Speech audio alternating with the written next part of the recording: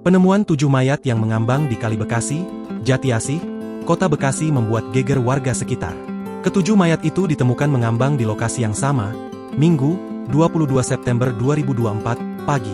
Lokasi penemuan mayat ini tepatnya berada di RT 1 RW 9 Kelurahan Jatirasa, Jatiasih, Kota Bekasi. Ketujuh mayat itu ditemukan seorang warga yang sedang mencari kucingnya sekitar pukul 5.30 waktu Indonesia Barat. Awalnya, warga mengira ada 5 mayat yang mengambang. Namun setelah petugas tiba dan mengevakuasi, ternyata ada 7 mayat di lokasi tersebut.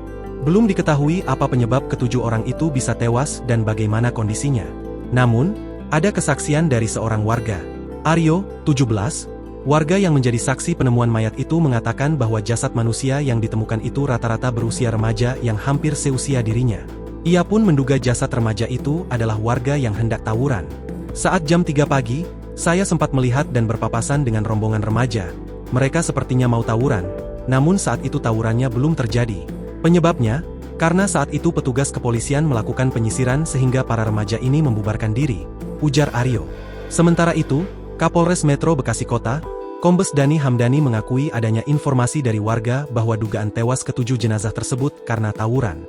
Informasi dari warga karena tawuran, tapi perlu kami konfirmasi juga dugaan itu, dan kami belum bisa pastikan, kata Kombes Dani Hamdani, Minggu, 22 September 2024. Kombes Dani Hamdani menjelaskan pihaknya belum dapat memastikan penyebab dari tewasnya 7 jenazah tersebut, karena saat ini masih tahap penyelidikan.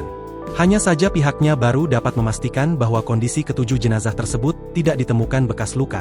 Kombes Dani Hamdani mengungkapkan pihaknya hingga kini masih menunggu hasil autopsi dari Rumah Sakit Polri Kramat Jati, Jakarta Timur.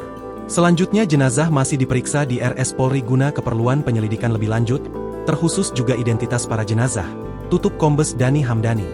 Download Tribun X sekarang, menghadirkan lokal menjadi Indonesia.